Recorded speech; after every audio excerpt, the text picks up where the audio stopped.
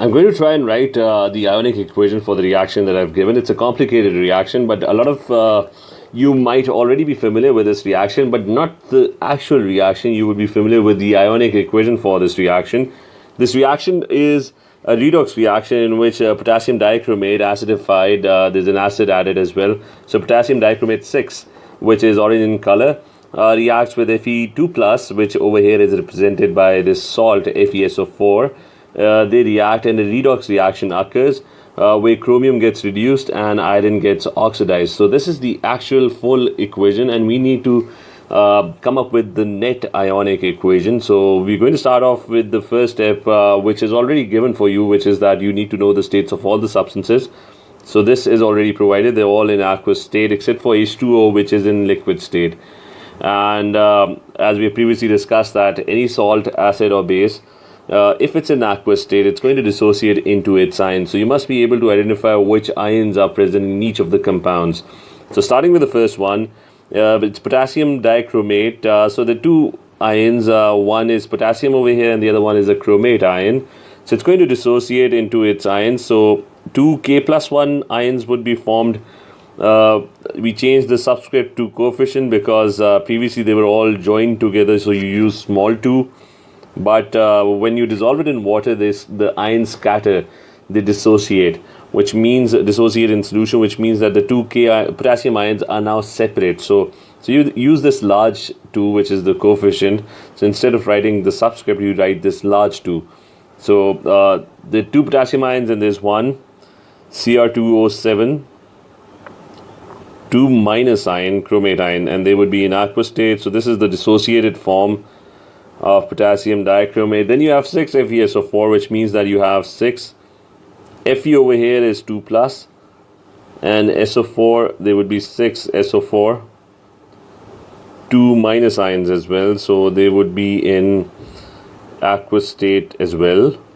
Then you have 7 H2SO4. So if you dissociate 7 H2SO4, so each H2SO4 molecule has 2 hydrogen ions. So 7 would have 14 hydrogen ions in dissociated form. So 14H plus 1, and there would be 7 SO4, 2 minus ions. So these are in aqueous state as well. Moving on, we have chromium 3 sulfate. You need to figure out, sulfate is SO4 2 minus, so there are 3 of them, so that's minus 6 over here.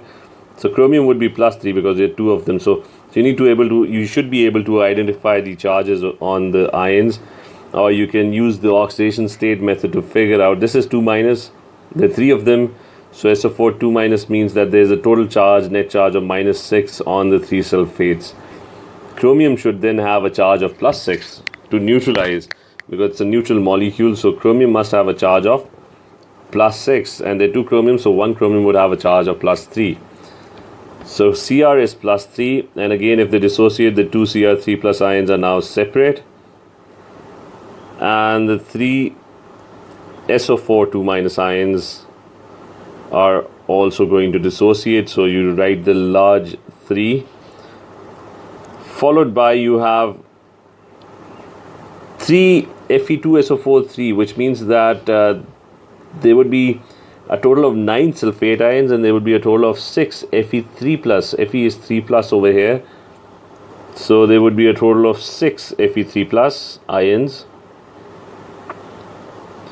in aqueous state, and there would be a total of 9 SO4 2 minus ions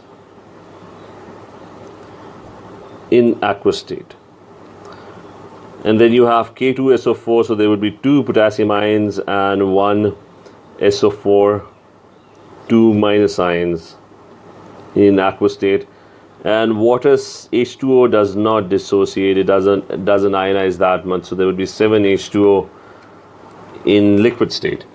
So I've written down the equation, and all the aqueous substances have been dissociated now. So this is my equation, and I need to remove the spectator ions from this equation, those ions that are not undergoing any change whatsoever.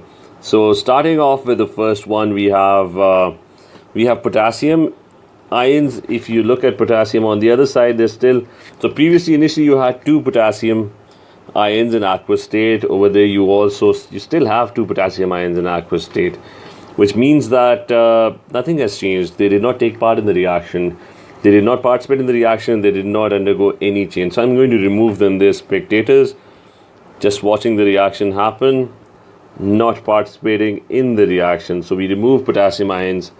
Then I have Cr2O7 2 minus ions in aqueous state. On the other side, I don't have Cr2 minus, I have something else, which means that this actually took part in the reaction. So I'm not going to remove this. It is taking part in the reaction because it is undergoing a lot of changes. It has changed into something totally different.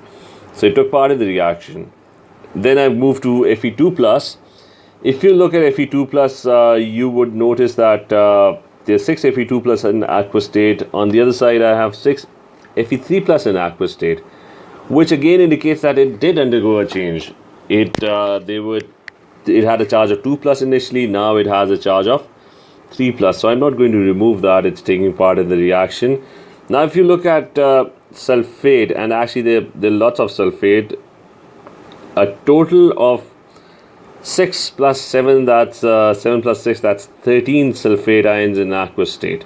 I'm considering them together because they're the same thing, so you can add them up. So that's a total of 13 SO4 2 minus aqueous ions. In my product side, I have 3 sulfate ions in aqueous state, I have 9 sulfate ions in aqueous state, and I have 1 more sulfate ion in aqueous state. So that also is 3 plus 9 plus 1, that's 13 sulfate ions in aqueous state, which means sulfate is not doing anything in the reaction. Previously you had sulfate ions in aqueous state. In the product side, you still have sulfate ions in aqueous state. So they're not undergoing a change, they're not taking part in the reaction. So I'm going to start getting rid of them from the equation because they did not take part in the reaction. So sulfate is gone. Get rid of this sulfate as well and remove these sulfate ions as well. Finally, you're left with H plus 1 ions, and on the other side you don't have H plus 1 ions, you instead have H2O, which means that the H plus 1 ions are also taking part in the reaction. They are undergoing a change, so we're not going to remove them. So I've removed all the spectator ions, and now I just need to rewrite the equation, and that would be my net ionic equation. So it's going to be Cr2O7 2 minus in aqueous state plus 6 Fe2 plus